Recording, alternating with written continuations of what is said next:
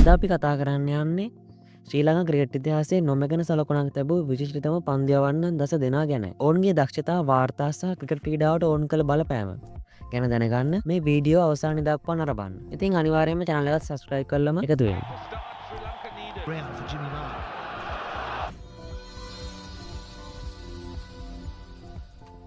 අපි මුලින්ම අංක 10 ඉඳන් පටන් ගමු. අංක 10. සුරංග ලක්මාල්. සුරංග ලක්මාල් දකුණත් වේග පන්දු යවන්නෙකු වන අතර ඔහුගේ වේගවත් සහ නිර්වාද්‍ය පන්දු යැවීම සැලකිය යුතු සීම් මූවමන්ට් ජනනය කිරීමේ හැකියාව නිසා ප්‍රසිද්ධයි. ඔහු 2014 ICC ලෝක 2020 තරගාවලිය ජයග්‍රහණය කළ කණ්ඩායමේ සමාජිකයෙක් වුණා. නව ක්‍රීඩාංගණයකදී ටෙස්ට් තරගයකදී පළමු පන්දුවේම කඩුල්ලක් දවාගත් තුන්වන පන්දු යවන්නා බවට ඔහු පත් වුණා. ශ්‍රී ලංකාවේ දක පන්දු යැවීමට හිතකර තනතිරු තිබියදීත් ඔහු විදේශීය තනතිරුවලදී නිරන්තරයෙන් ශක්තිමත් දක්ෂතා පෙන්වූ අතර කණ්ඩායමට වටිනා සම්පතක් බවට පත්වීමට ඔහුට හැකි වුණා. අංක 9. දිලිරුවන් පෙරේරා. දිලිරුවන් පෙරේරා දකුණත් පිටදක පන්දු යවන්නෙක් වන අතර ඔහුගේ ස්ථාවර දක්ෂතා සහ කඩුළු ලබා ගැනීමේ හැකියාව නිසා ප්‍රසිද්ධයි. විශේෂයෙන්ම ටෙස්ට් ක්‍රිකට් වලදී ශ්‍රී ලංකාව වෙනුවෙන් ටෙස්ට් කඩුළු 100ක් ලබාගත් වේගවන්ත පන්දු යවන්නෙක් ලෙස ඔහු හැඳින්විය හැකිය. ඒ තරග 25කින් ඔහු සම්පූර්ණ කරා. ඕස්ට්‍රේලියාවට එරෙහිව කඩුළු 10ක් සහ අර්ධ ශතයක් ලබාගත් පළමු ශ්‍රී ලාංකිකයා බවට ඔහු පත් වුණා. 2019 දී ඔහු වාර්ෂික ශ්‍රී ලංකා ක්‍රිකට් සම්මාන උළෙලේදී හොඳම ටෙස්ට් පන්දු යවන්නා ලෙස නම් කරනු ලැබුවා. අංක 8. තිසර පෙරේරා. තිසර පෙරේරා බල සම්පන්න මමත් පිතිකරුවෙක් සහ දකුණ මධ්‍යම වේග පන්දු යවන්නෙක් ලෙස සැලකිය හැකියි. සැබෑ තුන්විරියා ක්‍රීඩකයෙක්.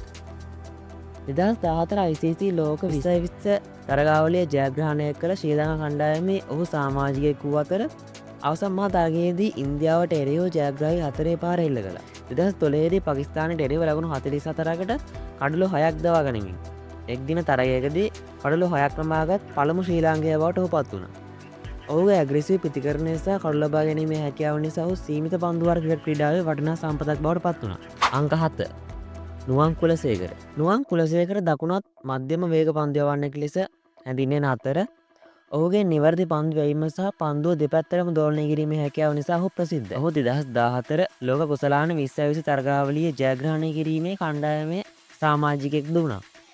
2014 ලෝක කුසලාන T20 තරගාවලියේදී නෙදර්ලන්තයට එරෙහිව පන්දුව දෙකක් තුල ලකුණු බිඳුවකට කඩුල්ලක් ලබා ගනිමින් T20 ජාත්‍යන්තර තරගයකදී පන්දු යවන්නක විසින් ලබාගත් වඩාත්ම ඉකොනොමිකල් පන්දු යැවීමේ වාර්තාව ඔහු හිමිකම් කියනවා. ඔහු ICC එක්දින පන්දු යවන්නේ ශ්‍රේණිගත කිරීම වල පළමු ස්ථානයට පත් වුණා. අංක 6. අජන්ත මෙන්ඩිස්. අජන්ත මෙන්ඩිස් දකුණත් පිටදක පන්දු යවන්නෙකු වන අතර ඔහුගේ කැරම් බෝල ඇතුළු අසමාන පන්දු යැවීම් විචලනයන් නිසා අභිරහස් දක පන්දු යවන්නා ලෙස ප්‍රසිද්ධියට පත් වුණා. 2013 දී සිම්බාබ්වේට එරෙහිව ලකුණු 8කට කඩලු 6ක් දවා ගනිමින් T20 ලෝක කුසලාන ඉතිහාසයේ හොඳම පන්දු යැවීම වාර්තා කිරීමට ඔහු හිමිකම් කියනවා. එක් දින තරග 19කින් කඩලු 50ක් ලබා ගනිමින් වේගවත්ම කඩලු 50 දවාගත් පන්දු යවන්නා බවට ඔහු පත් වුණා. 2014 ICC ලෝක 2020 තරගාවලිය ජයග්‍රහණය කළ ශ්‍රී ලංකා කණ්ඩායමේ සමාජිකයෙක් ලෙස අජන්ත මෙන්ඩිස් හඳුනා ගැනීමේ හැකියාව ඇත. අංක 5. සනත් ජයසූරිය. ශ්‍රී ලංකාවේ වඩාත්ම බලගත් තුන්විරියා ක්‍රීඩකයෙක් ලෙස ඔහු හඳුනා ගන්න පුළුවන්.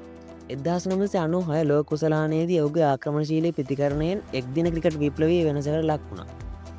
ඔහු 1996 ලෝක කුසලානයේදී ශ්‍රී ලංකා කණ්ඩායමේ ප්‍රධාන සමාජිකයෙක් වූ අතර ඔහුගේ තුන්විරියව දායකත්වය වෙනුවෙන් තරගාවලියේ වීරිය ලෙස නම් කරා. ඔහුගේ හොඳම පන්දු යැවීම වන්නේ 1993 දී එංගලන්තයට එරෙහිව ලකුණු 29කට කඩලු 6ක් දවා ගැනීම. ජාත්‍යන්තර ක්‍රිකට් පිටියේදී ඔහුට කඩලු 440ක් දවා ගැනීමේ හැකියාව ලැබී තිබෙනවා. අංක 4. ලසිත් මාලිංග. ලසිත් මාලිංග දකුණත් වේග පන්දු යවන්නෙකු වන අතර ඔහු සුවිශේෂී රවුන්ඩ් ආම් ස්විං ක්‍රියාව නිසා ස්ලිංගා මාලිංග යන අනුවර්ත නාමයෙන් හඳුන්වනු ලබනවා. සීමිත පන්දු වාර ක්‍රිකට් ක්‍රීඩාවේ සිටි විශිෂ්ටතම පන්දු යවන්නෙක් ලෙස ඔහු සැලකිය හැකියි. ජාත්‍යන්තර ක්‍රිකට් පිටියේදී දෙවරක්ම පන්දු 4ක් කඩලු 4ක් ලබාගත් එකම පන්දු යවන්නා ලෙස ඔහු සැලකෙනවා. ලෝක කුසලාන කඩලු ත්‍රිත්ව දෙකක් ලබාගත් එකම පන්දු යවන්නා වන්නේද ඔහුයි. 2014 T20 ලෝක කුසලානයේ ශ්‍රී ලංකා කණ්ඩායම නායකත්වය ලබා දුන් අතර අවසන් මහා තරගයේදී ඉන්දියාවට එරෙහිව විශිෂ්ට යෝගර් පන්දු යැවීමෙන් කණ්ඩායම ජයග්‍රහණය කර ඔහු ගෙන ගියා. අංක 3. රංගන හේරත්. සෙමින් වමත් දක පන්දු යවන්නෙක් ලෙස ඔහු හැඳින්විය හැකිය. පන්දුවට දෙන දඟ කැවීම සහ නිර්වාදිතාවය නිසා ඔහු ප්‍රසිද්ධයි. මුත්තය මුල්ලිද ශ්‍රාම ගැනීමෙන් පසු ශ්‍රී ලංකාවේ ප්‍රධාන දකපොන්දයවන්නා ලෙස ඔහු සාර්ථකව කටයුතු කළා. ටෙස් ක්‍රිකට් ඉතිහාසයේ සාර්ථකම මමත් දකපොන්දයවන්න ඔහුයි. 2014 T20 තරගාවලියේදී නවශීලන්දයට එරෙහිව ලකුණු 3කට කඩලු 5ක් දවාගත් ඔහුගේ අසාමාන්‍ය පන්දුවීම නිසා ශ්‍රී ලංකාව අවසන් මහා පූර්ව තරගයසුකන් ලැබීමට උපකාරී වුණා. ඔහු 2014 ICC ලෝක 20 ජයග්‍රහණය කළ ශ්‍රී ලංකා කණ්ඩායමේ ප්‍රධාන සමාජිකයෙක් ලෙස හඳුනා ගැනීමේ හැකියාව තියෙනවා. අංක 2 චමින්ද වාස් මමත් වේග පන්දියවන්නෙකු ලෙස ඔහු හැඳින්විය හැකිය. ඔහුගේ සුවිශේෂී නිරෝධතාවයේ විනයගරුක පන්දියවීම සහ පන්දුව දෙපැත්තරම දෝලනය කිරීම හැකියාව නිසා ඔහු ප්‍රසිද්ධයක් ඉසලුවා. ඔහු දශකයකට වැඩි කාලයක් ශ්‍රී ලංකාවේ නව පන්දුවෙන් පන්දවීමේ කර්තාව ඉටු කරා. ශ්‍රී ලංකාවේ සාර්ථකම වේග පන්දියවන්නා බවට ඔහු පත් වුණා. 2001 සිම්බාබ්වේට එරෙහිව ලකුණු 19කට කඩලු 8ක් දවා ගැනීම ඔහුගේ එක්දින ජාත්‍යන්තර ඉතිහාසයේ හොඳම පන්දුවීම ලෙස හඳුනා ගන්න පුළුවන්. 2003 ලෝක කුසලානයේදී බංගලාදේශයට එරෙහි එක්දින ජාත්‍යන්තර තරගයක පළමු පන්දු 3න් කඩලු 30ක් ලබාගත් එකම පන්දියවන්නා ලෙස ඔහු ඉතිහාසයට එක් වුණා. 1996 ලෝක කුසලාන ජයග්‍රහණයේදී ඔහු ප්‍රධාන කාර්යභාරයක් ඉටු කළා. අංක 1 මුත්තයියා මුරලිදරන් අපගේ ලයිස්තුවේ පළමු තැනීම වන්නේ මුත්තයියා මුරලිදරන්ටයි. ඔහු ක්‍රිකට් ඉතිහාසයේ බිහිව විශිෂ්ටතම පන්දියවන්නෙක් ලෙස සැලකෙනවා. දකුණත් පිටදක පන්දියවන්නෙක් වන ඔහු ඕනෑම තනට තීරුවකදී පන්දුව දග කැවීමේ අසමසම හැකියාවකින් යුක්ත වුණා. ටෙස් කඩලු 800ක් සහ එක්දින කඩලු 534ක් ඔහු ලබාගෙන තිබෙනවා. ඔහු ලොව වැඩිම ජාත්‍යන්තර කඩලු ලාභියා බවට පත්ව සිටිනවා. ඔහුගේ පන්දවීමේ විලාසය පිළිබඳව යම් මතභේද තිබුණත් එය ICC විසින් පන්දවීමේ නීති රීති නැවත ඇගීමට සහ විධිමත් කිරීමට පවා හේතු වුණා. මුළුල්ලේ 1996 ලෝක කුසලානයේ දිනු ශ්‍රී ලංකා කණ්ඩායමේ ප්‍රධාන සමාජිකයෙක් වුණා. ඔහු 2017 දී ICC Hall of Fame එකට ඇතුළත් වූ පළමු ශ්‍රී ලාංකිකයා ලෙස හැඳින්වෙන්න පුළුවන්. ශ්‍රී ලංකාවේ මෙම විශිෂ්ටතම පන්දියවන්න 10 දෙනා ක්‍රිකට් ක්‍රීඩාවට අසීමිත දායකත්වයක් ලබා දී තිබෙනවා.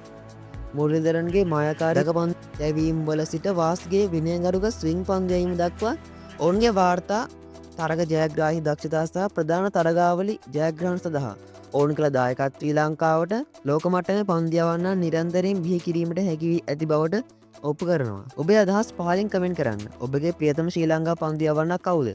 අපි නැවතත් තවත් වීඩියෝකින් හමු වෙමු. ක්‍රිකට් ක්‍රීඩාවට සහ ඔබට ජය. channel එකත් subscribe කරලම එකතු වෙන්න.